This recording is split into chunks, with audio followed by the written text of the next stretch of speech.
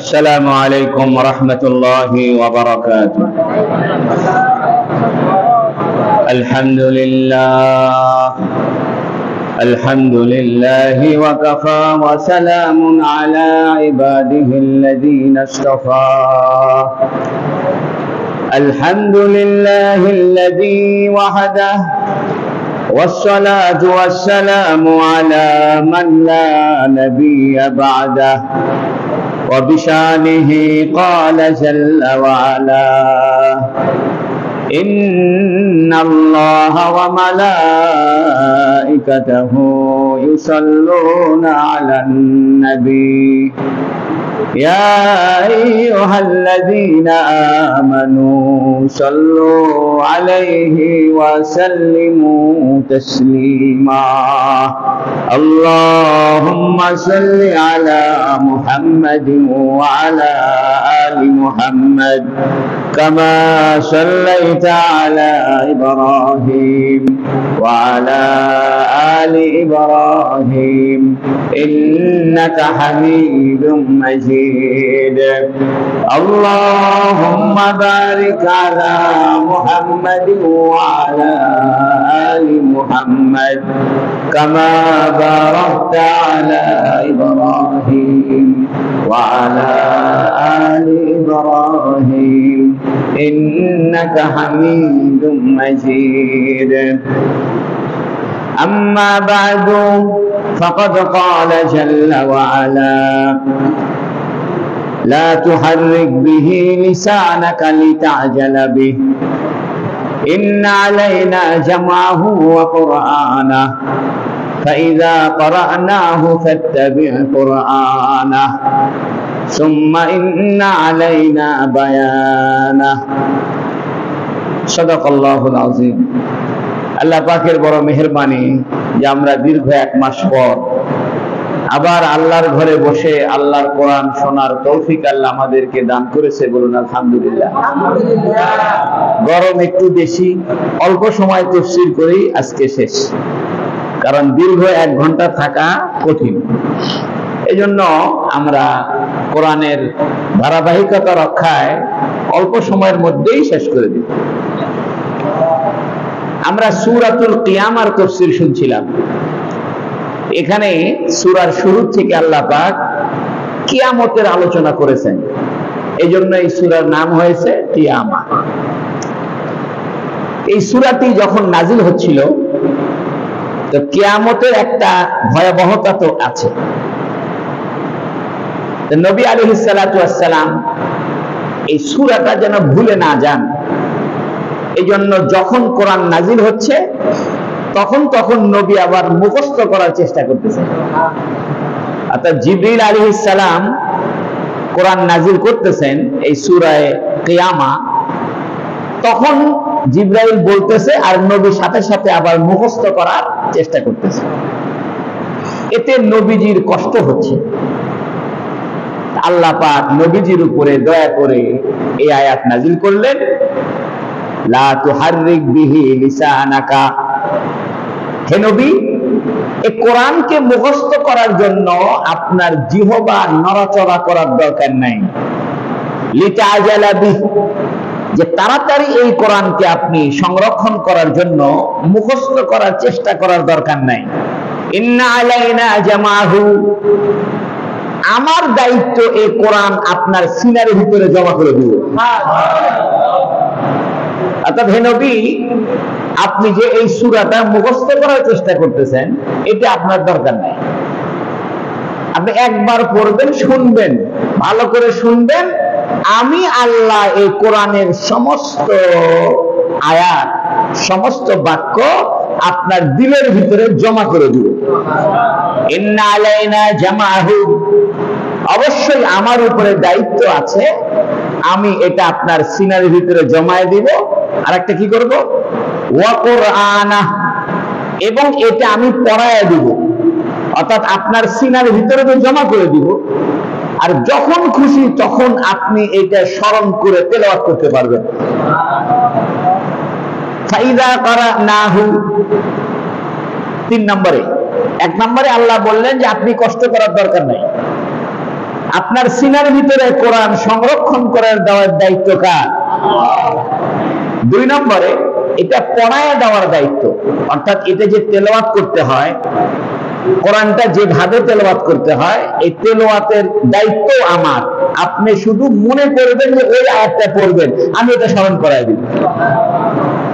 তিন নম্বরে ফাইদা করানাহু, যখন আমি আপনাকে কোরআনটা পড়ে শোনাবো, ফাত্তাবিউ কুরআনা, আপনি এই পড়া জিনিসটার, আমি যেটা আপনাকে পড়ে শোনাইলাম, কেরাত করে শোনাইলাম, আপনি এই কেরাতের অনুসরণ করবেন, অর্থাৎ যে বক্তব্য আমি দিলাম এটার উপর আপনি আমল করবেন। কয়টা গেল? এক নম্বর, কোরআন আপনার সিনার ভিতরে জমা করার দায়িত্ব আমার। দুই নম্বরে এইটা আপনাকে মুখ দিয়ে পড়ায় নেওয়ার দায়িত্ব আমার। তিন নম্বরে আপনার দায়িত্ব হলো আপনি যে কোরআনটা আমি আপনার উপরে নাজিল করব, ফাইদা কারানাহু, যখন আমি এই কোরআনকে আপনাকে পড়ে শোনাবো, ফাত্তাবিউ কুরআনা, তা আপনি কোরআনের অনুসরণ করবেন, অর্থাৎ আমল করবেন। এটা আপনার কাজ। দুইটা কাজ কার? একটা কাজ হলো সিনার ভিতরে জমা করে দেওয়া, দায়িত্বটা দুই নম্বরে এটা আপনার জবান দিয়া উচ্চারণ করে তেলাওয়াত করার দায়িত্ব আমি নিলাম। অর্থাৎ আপনার যখন মনে চায়, যেভাবে মনে চায়, আপনি কোরআন শরীফ যেখান থেকে আপনি পড়তে মনে চান আমি পড়ায় দিব। তিন নম্বরে আপনার একটা কাজ হলো আপনি কোরআনের উপরে আমল করবেন। চার নম্বরে সুম্মা ইন্না আলাইনা বায়ানা, অতঃপর এই কোরআনের ব্যাখ্যা, কোরআনের তাফসীর, এটাও আমার উপরে দায়িত্ব। আমি কোরআনের ব্যাখ্যা আপনাকে শিখাই দিব। সুবহানাল্লাহ। আজকে এই চারটা আয়াতের উপরে কথা বলে শেষ, সংক্ষেপ। প্রথম কথা হলো, নবীকে আল্লাহ কয়টা বিষয়ের কথা বললেন? তিনটার দায়িত্ব নিয়েছেন কে? আর একটা দায়িত্ব দিয়েছেন নবীর উপরে। এটার ব্যাখ্যা আমি দিচ্ছি, তবে একটা প্রশ্ন হলো, আলোচনা চলতেছে কিয়ামতের, কিসের? এখানে কিয়ামতের আলোচনা বাদ দিয়ে বলতেছে আপনি জিহ্বা বেশি নাড়াচাড়া করবেন না, মুখস্থ করায় দেওয়ার দায়িত্ব আমার, পড়ায় দেওয়ার দায়িত্ব আমার, আপনি শুধু আমল করবেন, আর এই কোরআনের ব্যাখ্যা বলে দেওয়ার দায়িত্ব আমার। এটা তো কিয়ামতের সাথে কোনো কানেকশন নাই। তো বলতেছে মুফাসসিরিনে কেরাম যে নবী আলাইহিস সালাম যেহেতু এই কিয়ামতের সূরা কিয়ামা, কিয়ামত তো একটা ভয়াবহ জিনিস, এই ভয়াবহ জিনিসের ভয়ের কারণে নবী চিন্তা করছে আমি মুখস্থ করতে পারি কিনা, এই জন্য তাড়াতাড়ি মুখস্থ করার চেষ্টা করতেছে। এই জন্য আল্লাহ বলতেছেন মুখস্থ করার এত চেষ্টার দরকার নাই, দায়িত্ব কার? তাহলে এই সূরার সাথে সম্পৃক্ত আছে, কিন্তু সূরার বিষয়বস্তুর সাথে সম্পর্ক নাই। বিষয় তো কিয়ামত। কিয়ামতের কথা বলতে বলতে নবীর যখন কষ্ট হইতেছে, মুখস্থ করতে কষ্ট হইতেছে, তখন আল্লাহ নবীকে সান্ত্বনা দিলেন, এই মুখস্থ করার চেষ্টা করার দরকার নাই, দায়িত্ব আমি দিলাম। দুই নম্বর, এখান থেকে একটা মাসলা বের হয়েছে, সেটা হলো কথা বলতে বলতে ওস্তাদে বা মুফাসসির সাহেব বা ওয়াইজ সাহেব বা মুহাদ্দিস সাহেব কথা বলতে বলতে মূল কথা থেকে বের হয়ে অন্য কথাও বলতে পারে। যেমন একজন ওস্তাদ সবক করাইতেছে, ক্লাস করাইতেছে, এখন একটা ছাত্র ওইদিকে তাকায় আছে, তো পড়াইতে পড়াইতে বলে ওইদিকে তাকায় না, বলে কিনা? আবার একজন মুসল্লি ঘুমাইতেছে, ইমাম সাহেব বলতেছে ঘুমায়েন না। এই যে বললো ঘুমায়েন না, এটা কি বয়ানের অংশ নাকি? কিন্তু বয়ানের সাথে সম্পর্ক নেই। ইমাম সাহেব বয়ান করতেছে সুদ ঘুষের বিরুদ্ধে, এর মধ্যে মুসল্লি একটা ঘুমায়, বলতেছে ঘুমায়েন না, বলতেছে ভাই আল্লাহ সুদ হারাম করছে, ঘুমায়েন না। আল্লাহ সুদ হারাম করছে, এটার সাথে ঘুমায়েন না কোনো কি নাই, সম্পর্ক নাই। কিন্তু উপস্থিত শ্রোতা মণ্ডলীকে সতর্ক করার জন্য একজন ওস্তাদ, একজন মুফাসসির, একজন মুহাদ্দিস, তিনি প্রসঙ্গের বাইরে ছাত্রদেরকে সতর্ক করার জন্য কথা বলতে পারে, এটা বোঝা গেল। দুইটা উদ্দেশ্য, একটা হলো নবীর কষ্ট আল্লাহর পছন্দ হইতেছে না, এই জন্য বলতেছে আপনার কষ্ট করার দরকার নেই, মুখস্থ করার দায়িত্ব আমার। দুই নম্বরে বলতেছে যে পৃথিবীতে যদি কোনো মানুষ কোথাও বয়ান করে, তাফসীর করে, হাদিস পড়ায়, তো পড়াইতে পড়াইতে উপস্থিত শ্রোতা মণ্ডলীর কোনো অসুবিধা দেখলে এটা মাঝখানে বলা কি আছে, জায়েজ আছে। যেমন ওস্তাদে বলে ঘুমায় না। তিন নম্বরে বোঝা গেল কোরআন মুখস্থ করায় দেওয়ার দায়িত্ব কার? আল্লাহ। এই জন্য কেউ শত চেষ্টা করেও হাফেজ হতে পারে না। আবার অনেকে আছে বুদ্ধি শুদ্ধি তত নাই, বোকা শোকা, মোবাইল চালাতে পারে না, ডান বাম বোঝে না, কিন্তু কোরআনের পাকা হাফেজ। সুবহানাল্লাহ। এই জন্য দেখবেন অনেক ব্রেনি মানুষ, খুব ব্রেনি ছাত্র, কিন্তু কোরআনের হাফেজ হতে পারে না। আবার অনেক ছাত্র আছে খাবা গোবা ছাত্র, খুব একটা বুদ্ধি শুদ্ধি নাই, যদি বলেন যে যাও তো বাজার থেকে না পান আনো, কাঁচা সুপারি দিবে, হাকিমপুরি জর্দা দিবে, ধনে দিবে, ওই ভুলে যায়। ওই পানের দোকানে যাইতে যাইতে কি ভুলে যায়, কিন্তু হাফেজ হয়েছে পাকা। এর দ্বারা বোঝা গেল হাফেজ হওয়ার যে ক্ষমতা, এটা কার দয়া? আল্লাহর দয়া। এই জন্য আল্লাহ নবীকে বলতেছে, হে নবী, আপনি এত জিহ্বা নাড়াচাড়া করার দরকার নাই, এই মুখস্থ করা দেওয়ার দায়িত্ব কার? আল্লাহ বলতেছে দেখেন, লা তুহাররিক বিহি লিসানাকা, আপনার জিহ্বাকে আপনি নড়াচড়া করাবেন না। আচ্ছা, জিহ্বা নড়ে না ঠোঁট নড়ে? মানুষ যখন কথা বলে, মুখস্থ করে, তখন তো দেখা যায় কি ঠোঁট। তো বলা দরকার ছিল, হে নবী, আপনার ঠোঁট নাড়াবেন না। তা আল্লাহ করছে আপনার জিহ্বা নাড়াবেন না। আচ্ছা, জিহ্বা যে ভিতরে নড়ে, এটা তো দেখা যায় না, দেখা যায় কি ঠোঁট নড়তেছে। আমরা যখন কথা বলি ঠোঁটও নড়ে, জিহ্বাও নড়ে, দেখা যায় কোনটা? ঠোঁট। তা বলা দরকার ছিল আপনার ঠোঁট নাড়াবেন না, আল্লাহ করছে আপনার জিহ্বা নাড়াবেন না। মুফাসসিরিন কেরাম বলতেছে, বাহিরে যা দৃশ্যমান হয়, বাহিরে যা দেখা যায়, এটা তোমরা দেখো, কিন্তু ভিতরে যা হয় তোমরা দেখো না, কিন্তু এটা দেখে কে? এই জন্য আল্লাহ প্রমাণ দিল, আমি গায়েবের খবর রাখি। মানুষ যখন কথা বলে তখন তোমরা শুধু ঠোঁট নড়তে দেখো, কিন্তু আমি জানি ভিতরে কি নড়তেছে, জিহ্বা নড়তেছে। এই জন্য আল্লাহ ঠোঁট নড়ার কথা না বলে কি নড়ার কথা বলছে? জিহ্বা নড়ার কথা বলছে। কারণ ঠোঁট নড়ে এটা আমরা সবাই টের পাই, জিহ্বা নড়ে আমরা কেউ দেখি না, কিন্তু এটা কে দেখে? আল্লাহ ফাঁক দিয়ে বুঝাই দিল যে আমি গায়েবের খবর রাখি, তোমরা যা দেখো না আমি তা দেখি। সেই জন্য আল্লাহ ঠোঁট নড়ানোর কথা না বলে কি নড়ার কথা বলছে? দ্বিতীয়ত, ঠোঁট নড়লে তো জিহ্বা নড়বে, আবার জিহ্বা নড়লেও দেখেন, যদি আপনি ঠোঁট নড়ে কথা বলেন, তাহলে ঠোঁট নড়ার সাথে সাথে কি নড়বে? জিহ্বা নড়বে।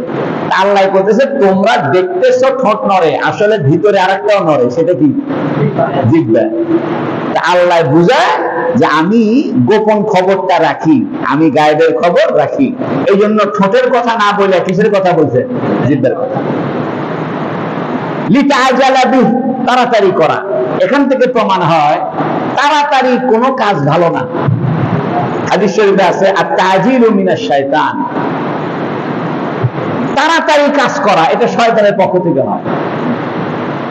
অর্থাৎ কোন কাজে তাড়াহুড়া করার দরকার নেই, আস্তে ধীরে করো, রয়ে সয়ে করো। এই জন্য আল্লাহ বলতেছেন লিতাআজালা বিহি, এই কোরআনকে মুখস্থ করার জন্য তাড়াতাড়ি করার দরকার নাই। এই জন্য আপনারা যারা কোরআন শিখতে চান, এই ব্যাপারে তাড়াতাড়ি তাড়াহুড়া করবেন না, আস্তে ধীরে ধীরে ধীরে শিখেন, অল্প অল্প করে শিখেন।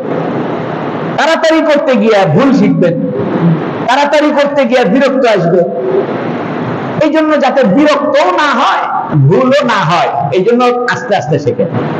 এই জন্য আল্লাহ বলছেন লিতাআজালা বিহি।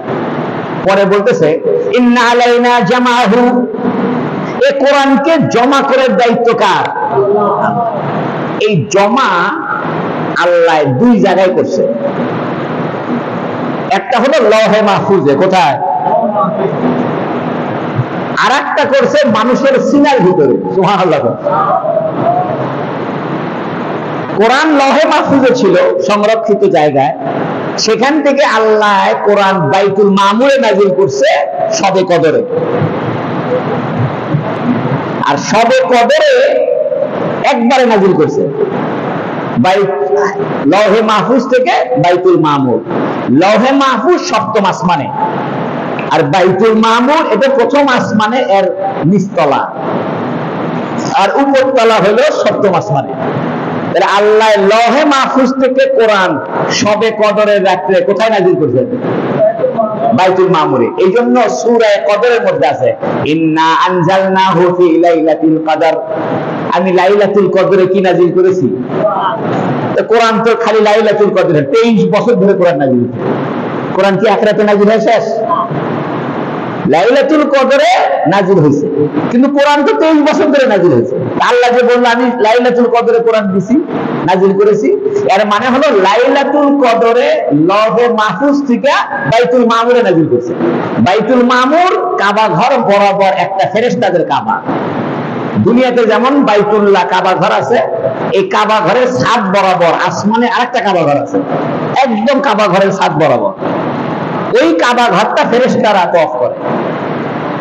তবে এত পরিমাণ ফেরেশতা আল্লাহ বানিয়েছে যে ফেরেশতা একবার বাইতুল মামুর তওয়াফ করছে, দ্বিতীয়বার তওয়াফের আর চান্স নাই। এত ফেরেশতা যারা একবার তওয়াফ করছে, দ্বিতীয়বার আর ভিড়ের কারণে কি নাই চান্স। কিন্তু আল্লাহ দয়া করছে, আমাদেরকে বারবার কাবা ঘর তওয়াফের তৌফিক দান করছে। ফেরেশতাদের কাবার চান্স কয়বার, আর আমাদের কাবার চান্স বারবার। ওই লৌহে মাহফুজ থেকে আল্লাহ কোরআন নাজিল করেছেন বাইতুল মামুরে, যেটা কাবা ঘরের ছাদ বরাবর ফেরেশতাদের কাবা, এটা লাইলাতুল কদরে একবারে নাজিল করেছেন। আর ওইখান থেকে ধীরে ধীরে ধীরে ধীরে দুনিয়াতে নাজিল করেছেন 23 বছর ধরে। তাহলে সংরক্ষণের জায়গা হলো তিনটা। কয়টা হলো? একটা লৌহে মাহফুজে, একটা বাইতুল মামুরে, আর একটা হাফেজ সাহেবদের সিনার ভিতরে। সুবহানাল্লাহ। আল্লাহ বলছে ইন্না আলাইনা জামাহু, এই কোরআনকে সংরক্ষণ করা, জমা করা, স্থির করা, এটা আমার দায়িত্ব। এটাই কোরআনের একটা মুজিজা, যে কোরআন ছাড়া কোনো কিতাবের কি হওয়া যায় না, হাফেজ হওয়া যায় না। ওয়া কোরআনা, 2 নম্বরে আমি কোরআনটা আপনাকে পড়ায়া দিব। কারণ কোরআনের মধ্যে মদ আছে, গুন্না আছে, টান আছে, ঢিল আছে, এটাও আপনার কষ্ট হবে না। অর্থাৎ এটা আপনাকে শিখতে হবে না। আমরা কোরআন শরীফ শেখার জন্য কারি সাহেবের কাছে কত কষ্ট করে কোরআন শরীফ শিখেছি, কিন্তু নবীর জন্য কোরআন শিখতে কোনো কষ্ট হবে না। কারণ নবীর উস্তাদ কে? আল্লাহ। আচ্ছা, আল্লাহ যার উস্তাদ হয় এমন সহজ করে বুঝায় দিবে, ছাত্রের কোনো কষ্টই হবে না। শিক্ষক যদি ভালো হয় তাহলে ছাত্রের জন্য পড়া বুঝতে কি হয় না। আর শিক্ষক যদি খারাপ হয়, একই কথা বারবার কয়, তাও বোঝে না। শিক্ষক যদি ভালো করে বুঝাইতে পারে তাহলে ছাত্রের পড়া ক্লাসেই হয়ে যায়। এখন নবীর শিক্ষককে, আল্লাহর মতো শিক্ষক নবী পাইছে, তাহলে আর কোনো কষ্ট আছে? এই জন্য আল্লাহ কইতেছে, আরে আমি আপনার শিক্ষক, মুখস্থ করার জন্য চেষ্টা করা লাগবে না, আমি আপনার সিনের ভিতরে ঢুকাই দিব, আর উচ্চারণ করাটাও শিখাই দিব। এর দ্বারা বোঝা যায় নবীর ওস্তাদ সরাসরি কে? দুনিয়াতে কোনো নবীর ওস্তাদ নাই। এই জন্য নবীকে বলে উম্মি। কি বলে? উম্মি। উম্মি মানে মূর্খ না, উম্মি মানে যার ওস্তাদ নাই, দুনিয়ার কোনো ওস্তাদ নাই। অনেকে বলে উম্মি মানে মূর্খ, এই তর্জমাটা সঠিক না, কারণ মূর্খ একটা গাল। আমরা বলি না এই মূর্খ কথাটা। আপনি বলতেছেন নবী উম্মি, উম্মি মানে মূর্খ। নাউজুবিল্লাহ, নবী কখনো মূর্খ নয়। উম্মি মানে নিরক্ষর, লিখতে পারে না। আচ্ছা, নবী যে লিখতে পারে না, এটা নবীর দোষ না। নবী লিখতে না পারাটা কোরআনের মুজিজা হওয়ার প্রমাণ। নবী যদি লিখতে পারতো তাহলে মানুষের বলতো, আরে মোহাম্মদ এগুলা রাতের বেলা বসে বসে লেখে লেখে আমাদেরকে শোনায়। আল্লাহ করেছে কি, নবীকে লেখা শিখায়নি, পড়া শিখায়নি। নবী কিছু দেখে পড়তেও পারে না, আবার লিখতেও পারে না। এইরকম নবী যখন এত বড় একটা কোরআন শরীফ আমাদেরকে শুনাই দিতেছে, তাহলে বুঝতে হবে এই কোরআন নবী বানায় নাই, এই কোরআন কার?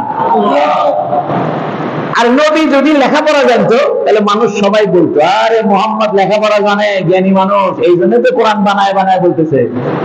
এই জন্য নবী উম্মি হওয়া এটা নবীর দোষ না নবীর গুণ?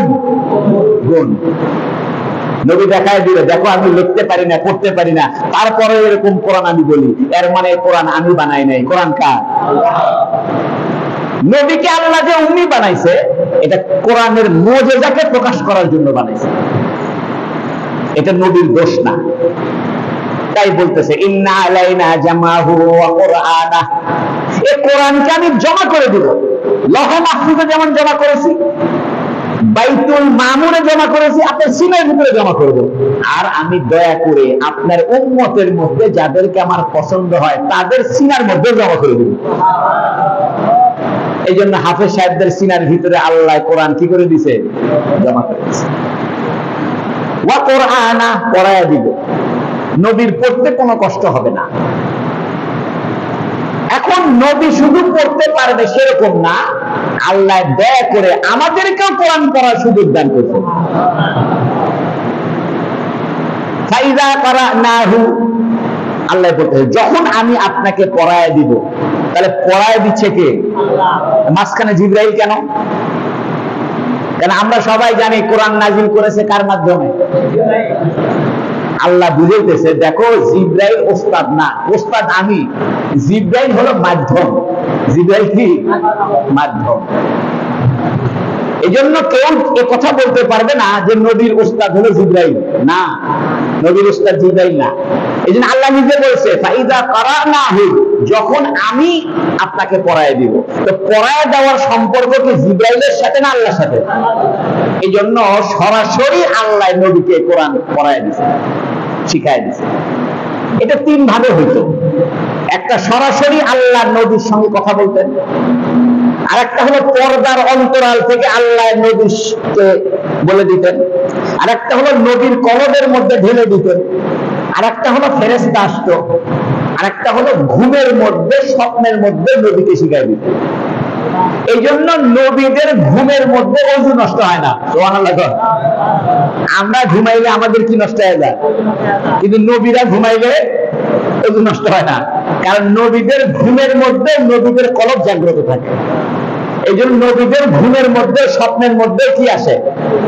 ওহী আসে। তাই আল্লাহ বলতেছেন ফাইদা কারানাহু, যখন আমি আপনাকে পড়ায় দিব। তাহলে জিবরাইল ওস্তাদ না, জিবরাইল কি? মাধ্যম। তো মাধ্যম রাখলো কেন?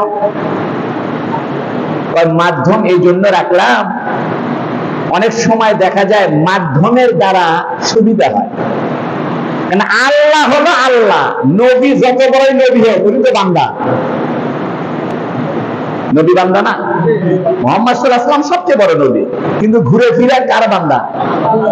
আল্লাহর গোলাম, আল্লাহর বান্দা। এখন কোরআনের যে হার, আল্লাহর যে মর্যাদা, এই মর্যাদা অনুযায়ী সব সময় যদি আল্লাহ নবীর সাথে কথাবার্তা বলে তাহলে নবীর জন্য কষ্ট হয়ে যাবে। এই জন্য আল্লাহ মাধ্যম বানায় দিছে জিবরাইলকে। এই জিবরাইল আবার ফেরেশতাদের প্রধান। সুবহানাল্লাহ। এখান থেকে একটা মাসলা বের হয়েছে যে কারো মাধ্যম দিয়ে জ্ঞান অর্জন করা জায়েজ আছে। মনে করেন এই মসজিদে তাফসীর হলো, একজন তাফসীরে আসতে পারেনি, সে বলতেছে ভাই বড় বেলায় মসজিদে আজকে তাফসীরে হুজুর কি কি বললো বলো তো, আপনি তার মাধ্যমে শিখলেন, এটাও জায়েজ হবে। এইটা বোঝানোর জন্য আল্লাহ করেছে কি মাঝে মাঝে কাকে পাঠায় দিত? জিবরাইলকে পাঠায় দিত, যাতে মাধ্যম দ্বারা ইলম হাসিল করা বৈধ এটা প্রমাণ হয়। এই জন্য আপনারা তাফসীরে আসতেন, যে আসতে পারেনি সে হয়তো আপনার থেকে শুনে নিল, তাহলে আপনি জিবরাইলের ভূমিকা পালন করলেন, মাধ্যম। এই জন্য আল্লাহ জিবরাইলকে পাঠাইছে যাতে মাধ্যমের দ্বারাও ইলম হাসিল করা বৈধ। তাই বলতেছে ফাত্তাবি কুরআনা, আপনি অনুসরণ করবেন এই পাঠের। অনুসরণ করবেন মানে হযরত ইবনে আব্বাস রাদিয়াল্লাহু আনহু বুখারী শরীফে এটা তাফসীর করেছেন। আর 5 মিনিট কষ্ট হচ্ছে না আপনাদের? খারাপ লাগছে না তো? আরে একটু গরম, বাড়ির দিলেই তো গরম, বাড়ির দিলে কি ঠান্ডা? যাদের বাড়িতে এসি আছে সেটা ঠান্ডা। আর একটু গরম আল্লাহর জন্য সহ্য করলাম। আমি নামাজ পড়তে পড়তে আল্লাহরে বলছি, আল্লাহ সব মানুষে ঘেমে গেছে, সব মানুষের তুমি জাহান্নাম থেকে বাঁচায় জান্নাত দিয়ে দেবে। একটা দোয়া যদি আল্লাহ কবুল করে তাহলে আমাদের আর টেনশন আছে? আমি বলি আল্লাহ দুনিয়া তো ঘামে নিবে, আখেরাতে ঘামাবে, দুই জায়গায় তো ঘামা যাবে, যেখানে এক জায়গায় ঘামি, দুনিয়ার ঘামটা ঘামালাম, আখেরাতে কি করে না ঘামায়া। আসলে আল্লাহ মানুষকে বিভিন্ন কষ্ট, বিভিন্ন পরিস্থিতি দেয়, বান্দা যেন সেই পরিস্থিতিকে কেন্দ্র করে আখেরাতের পরিস্থিতি চায় দিতে পারে। যদি আমাদের গরমই না লাগে তাহলে আমরা আল্লাহ কইতাম যে আল্লাহ আখেরাতের গরম থেকে বাঁচিয়ে দিও, বলতেই না। আল্লাহ দুনিয়ার গরম যে দিছে এটার একটা লাভ আছে, যে দুনিয়ার গরমের কারণে মনে হচ্ছে আল্লাহ দুনিয়ার গরম থাক, আখেরাতের গরম দিও না। আল্লাহ কোথা আচ্ছা এই লাইনে আছে, ঠিক মতো আছে। এই জন্য পরিস্থিতি অনুকূলে থাকুক বা প্রতিকূলে থাকুক, পরিস্থিতি যদি আমার বিরুদ্ধে যায় এটা আমার জন্য ভালো, এটা আমার জন্য কি ভালো। হযরত ইবনে আব্বাস বলছেন, ফাত্তাবি কুরআনা, হে নবী আপনি কোরআনের অনুসরণ করবেন। এর মানে কি? এর মানে হযরত ইবনে আব্বাস, যিনি সবচেয়ে বড় মুফাসসির, তিনি বলছেন ফাস্তামি লাহু আনসিক, বুখারী শরীফে আছে যে জিবরাইল যখন কোরআন পড়বে তখন তুমি প্রথমে শুনবে এবং চুপ থাকবে। কি থাকবে? দুইটা কাজ, শুনবে এবং চুপ থাকবে। দেখেন, শোনার জন্য কিন্তু চুপ থাকা জরুরি না। আপনারা আমার কথা শুনতেছেন, কিন্তু পরস্পর যদি আস্তে আস্তে গল্প করেন তাও কিন্তু শুনতে পারবেন। কোন কথা শোনার জন্য কি চুপ থাকা লাগবে? বোঝা গেল এখানে হুকুম দুইটা, একটা হুকুম হলো শোনেন আর একটা হুকুম হলো চুপ থাকেন। তাহলে হুকুম কয়টা? ইবনে আব্বাস বলতেছেন রাসূলের ভাইস্তে, আব্বাস হলো রাসূলের ভাই, রাসূলের ভাই, আব্বাস হলো রাসূলের চাচা, আর আব্দুল্লাহ বিন আব্বাস আব্বাসের ছেলে হলো চাচা ভাই। এই চাচা ভাই আব্দুল্লাহ বিন আব্বাস বলতেছে ফাত্তাবি কোরআনের অর্থ হলো ফাস্তামি, শুনবেন এবং চুপ থাকবেন, শুনবেন এবং। তাহলে বোঝা গেল যদি কেউ শোনে আর কথাবার্তা বলতে বলতে শোনে, যেমন অনেক সময় ওয়াজ শুনতেছে আবার ফুসফুস করে কি করতেছে, এটা কোরআনের মজলিসের আদব নয়। কোরআনের মজলিসের আদব হলো শুনতে হবে আবার চুপ থাকতে হবে। একজন মানুষ শুনতেছে আর কাজ করতেছে আর বলতেছে হুজুর বলেন, শুনছি, বলবো ভাই কেমন আছেন, ভালো আছেন, আচ্ছা হুজুরের ওয়াজ শুনতেছি, মানে কান খাড়া করে রাখছে আর মুখ দিয়ে আরেকজনের সাথে গল্প করতেছে, তাহলে কোরআনের হক আদায়। এখান থেকে মাসলা বের হয়েছে, যখন কোরআন তেলাওয়াত হবে আপনাকে শোনাটাও ওয়াজিব, চুপ থাকাও ওয়াজিব। কথাটা বুঝছেন? মনে করেন একজন কোরআন শরীফ পড়তেছে, আপনি ওখানে পাশে বসে গল্প করতে পারবেন না, না যায়, কারণ আপনাকে শুনতে হবে এবং কি করতে হবে, চুপ থাকতে হবে। এই জন্য আমাদের ওয়াজ মাহফিল গুলোতে যখন ওয়াজ শুরু হয় তখন কোরআন তেলাওয়াত করে। কি জন্য করে? মাহফিল জমানের জন্য। মানুষ এলোমেলো হয়ে আছে, এটা কেরাত কণ্ঠে হুজুর সব মানুষ জমা হোক, জায়েজ নেই। আপনি কোরআন শরীফ শুনাচ্ছেন মানুষকে জমা করার জন্য, জায়েজ নেই। মানুষ জমা হয়ে যাবে, চুপচাপ বসে থাকবে, তারপরে কোরআন শরীফ তেলাওয়াত করতে হবে। আপনি কোরআন শরীফ তেলাওয়াতকে মাধ্যম বানাইছেন মানুষকে ডাকার মাধ্যম, এ ভাই আসেন আসেন ওয়াজ আরম্ভ হবে, এই জায়গায় আপনি রাখছেন কোরআন তেলাওয়াত। এর মানে হলো কোরআন তেলাওয়াতের দাম 2 নম্বর, ওয়াজের দাম 1 নম্বর, ঠিক কিনা? কেউ যদি বলে ভাই বসেন বসেন বসেন, এটা বেশি দামি না পরে যে ওয়াজ হবে সেটা দামি? এখন ওয়াজ মাহফিলের শুরুতে আপনি কোরআন তেলাওয়াত দিবেন, উদ্দেশ্য হলো বসেন বসেন, আগে আসেন বসেন, কোরআন তেলাওয়াত হচ্ছে বসেন, আর পরে ওয়াজ করবেন, জায়েজ নেই। এই জন্য আগে বাংলায় বলতে হবে ভাই আসেন এখন কোরআন তেলাওয়াত হবে, সবাই আসেন, চুপচাপ বসবেন, শুনবেন, কথা বলবেন না, আসেন কোরআন তেলাওয়াত হবে। এভাবে বাংলায় ডাকাডাকি করে তারপরে কোরআন তেলাওয়াত করতে হবে। এখন আমাদের দেশে কোরআন তেলাওয়াত হচ্ছে, কেউ শোনে না। তবে কিছু মানুষ যদি শোনে, যারা বসে আছে সামনে, এরা যদি শোনে, আর কিছু মানুষ যদি না শোনে, তাহলে ওরা গুনাহগার হবে, আপনারা গুনাহ থেকে বেঁচে যাবে। তাহলে কোরআন তেলাওয়াতের আদব কয়টা? মূল আদব 2টা। একটা হলো যখন কেউ কোরআন পড়বে আপনাকে শুনতে হবে, 2 নম্বরে। এখন ইমামে আজম আবু হানিফা রাহমাতুল্লাহ এখান থেকে মাসলা বের করছে। সে মাসলা হলো, ইমাম সাহেব যখন নামাজের মধ্যে কোরআন তেলাওয়াত করে তখন আমরা কি থাকবো? আরে না, শুনবো। কি করব? শুনবো এবং চুপও থাকবো, শুনবো এবং চুপ থাকবো। অর্থাৎ ইমাম সাহেব যখন জোরে জোরে কেরাত করে তখন আমরা কান পাতাতে শুনবো আর চুপ থাকবো। আচ্ছা, শোনা আর চুপ থাকা এটা দুই জিনিস না এক জিনিস? আলাদা আলাদা। এখন ইমাম সাহেব যখন আসর নামাজে কেরাত করে তখন কি শোনা যায়? এখন কি করা যাবে? চুপ থাকা যাবে। আসর নামাজে যখন ইমাম সাহেব কেরাত করতেছে তখন কি শোনার তো বুদ্ধি নাই, বুদ্ধি আর একটা আছে, সেটা কি? চুপ থাকা। এই জন্য ইমামে আজম আবু হানিফা রাহমাতুল্লাহ বলতেছে যে আসর নামাজ আর যোহর নামাজের মধ্যে ইমাম সাহেব আস্তে আস্তে কেরাত বললে তোমরা কেউ কেরাত করো না, তোমরা চুপচাপ পিছনে দাঁড়ায় থাকো। সুবহানাল্লাহ।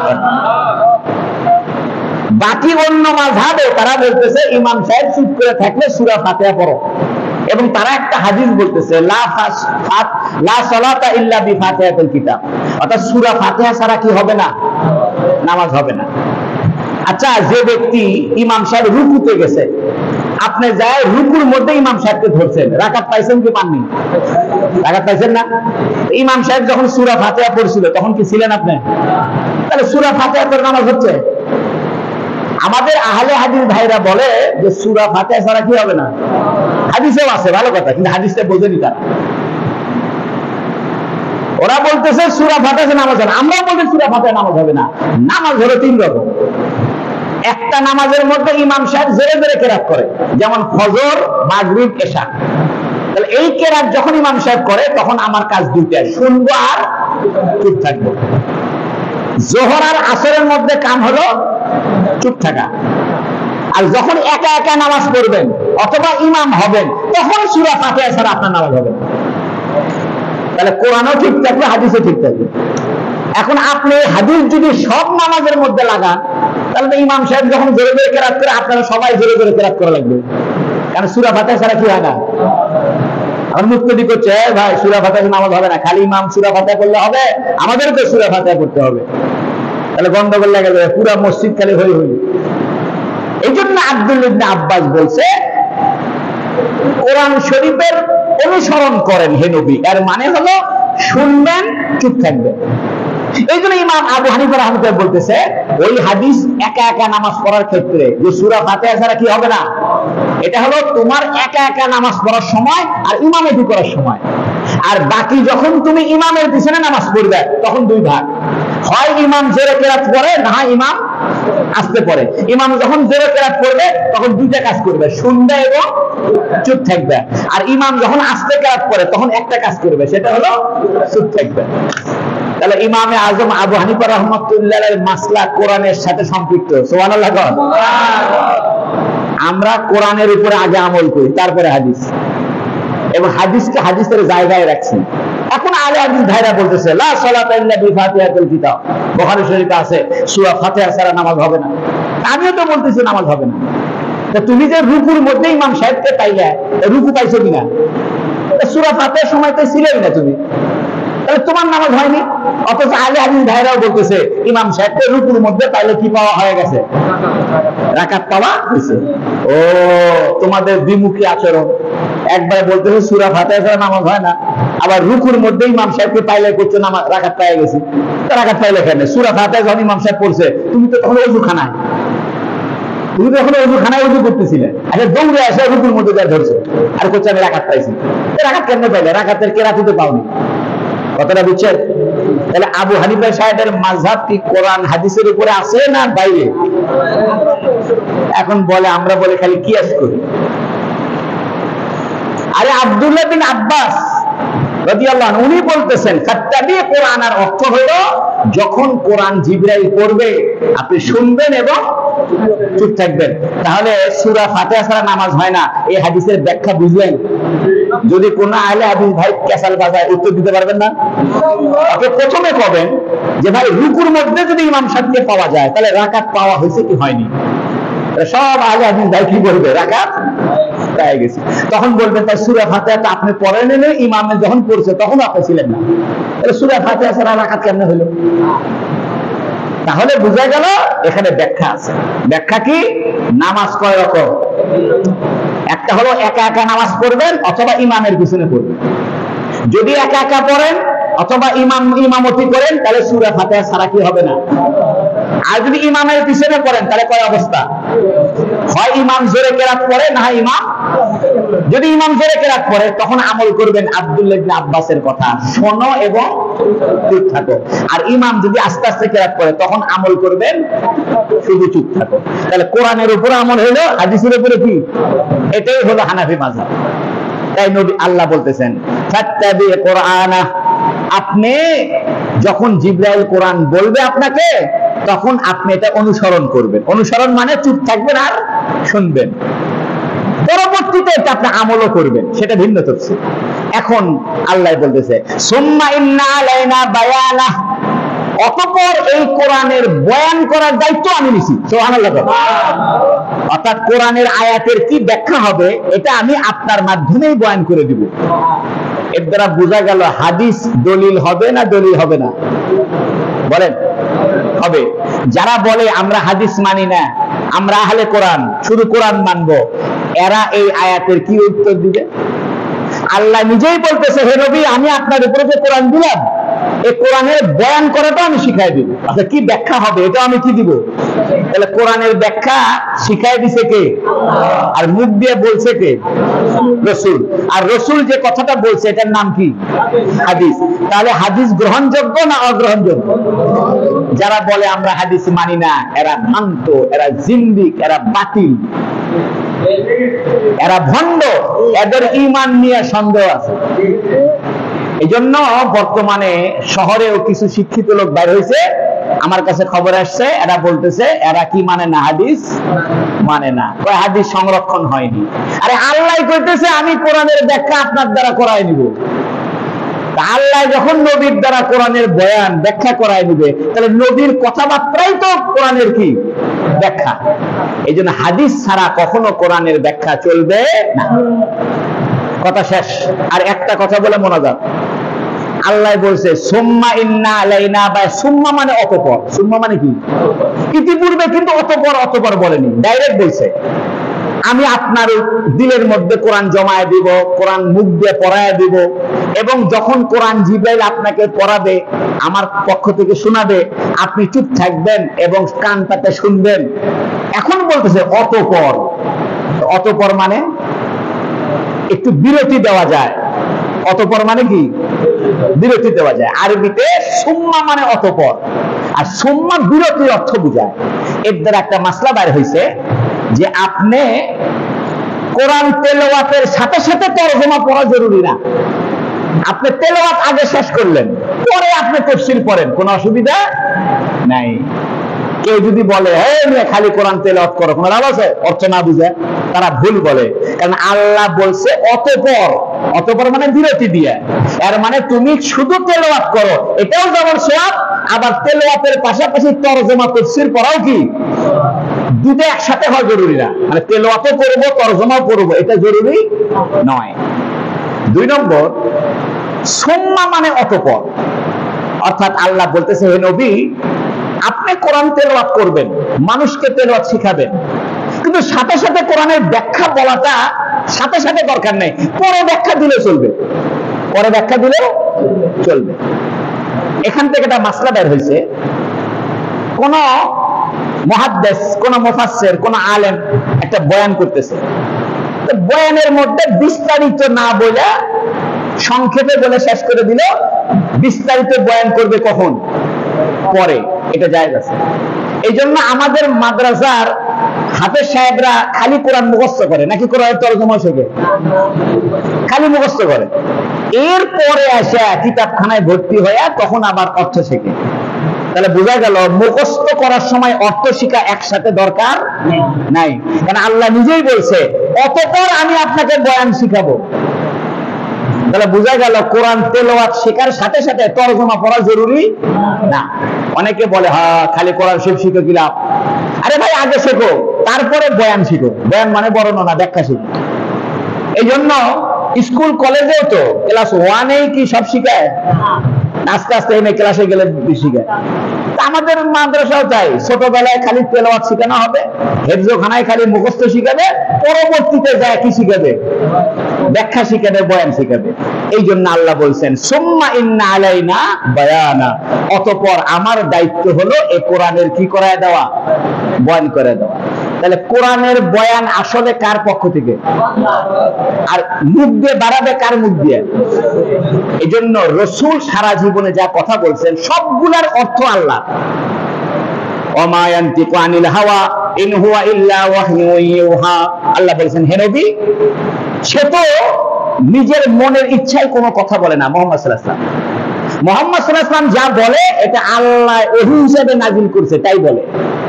এজন্য কোরআন হলো শব্দ আল্লাহর, অর্থ আল্লাহর, উচ্চারণটাও আল্লাহ, এটা হলো কোরআন। আর হাদিস হলো অর্থটা আল্লাহর, শব্দগুলো নবী। নবী যে কথা বলে, যেমন নবী বলছেন আল কিযবু রাসু কুল্লি খাতিয়া, মিথ্যা সকল পাপের মূল। এ কথা কার? নবীর কথা। কিন্তু অর্থটা আল্লাহর, শব্দটা কার? নবী। এই জন্য হাদিস শব্দটা নবী আর অর্থটা কার? আল্লাহ পাক আমাদের সবাইকে তৌফিক দান করুক এই কোরআনের সাথে সম্পৃক্ত হওয়ার জন্য, বলুন আমিন। আজকে 4টা আয়াতই থাক, কি বলেন? তাহলে বুঝলেন তো সূরা ফাতিহা ছাড়া নামাজ হয় কি হয় না? সূরা ফাতিহা কি সব নামাজে পড়া লাগবে না কখন?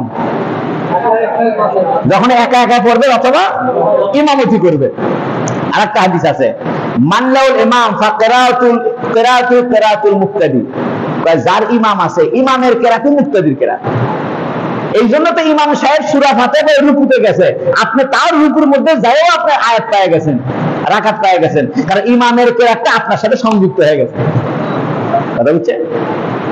এই জন্য ইমামের কেরাতি কার কেরাত? এই জন্য ইমাম যদি কেরাতে ভুল করে, নামাজে ভুল করে, আপনি সবাইকে সহযোগিতা দেওয়া লাগবে। আর আপনি একা একা ভুল করেন ইমাম সাহেবের পিছনে, ইমামের কি সহযোগিতা দেওয়া লাগবে? আরে আপনারও দেওয়া লাগবে না। মনে করেন ইমাম সাহেবের পিছনে নামাজ পড়তেছে, পড়তে পড়তে আপনি একদম ভুল করছেন, সহযোগিতা দেওয়া লাগবে? আপনার সহযোগিতা মাপ ইমাম তো দিবেই না, কারণ ইমামের নামাজ ঠিক হলে আপনাদের নামাজ ঠিক ঠিক আছে। আর ইমাম যদি ভুল করে তাহলে খালি ইমাম সহযোগিতা দিবেন আপনারা সবাই, কারণ আপনি ইমামের আন্ডারে। এই জন্য ইমাম যেহেতু সূরা ফাতিহা পড়ে রুকুতে গেছে, আর আপনি যত রুকুর মধ্যে গেছেন অর্ধেকে পাইছেন, আল্লাহ অর্ধেক পাইলে পুরোটা দান করে। এটা আল্লাহর একটা তরিকা। কেউ যদি অর্ধেক পর্যন্ত যায় বাকি পুরোটা আল্লাহ অটোমেটিক দিয়ে দেয়। বুঝছেন? এই জন্য নামাজের অর্ধেকের মধ্যে আপনি ঢুকছেন, এই জন্য পুরো রাকাতটাই আল্লাহ কি করছে? দিয়ে দিছে। আল্লাহ আমাদের সবাইকে বুঝার তৌফিক দান করুক, বলুন আমিন। সবাইকে দরুদ শরীফ পড়েন, আল্লাহুম্মা সাল্লি আলা মুহাম্মাদ ওয়া আলা আলি মুহাম্মাদ কামা সাল্লাইতা আলা ইব্রাহিম ওয়া আলা আলি ইব্রাহিম ইন্নাকা হামিদুম মাজিদ। আল্লাহুম্মা বারিক আলা মুহাম্মাদ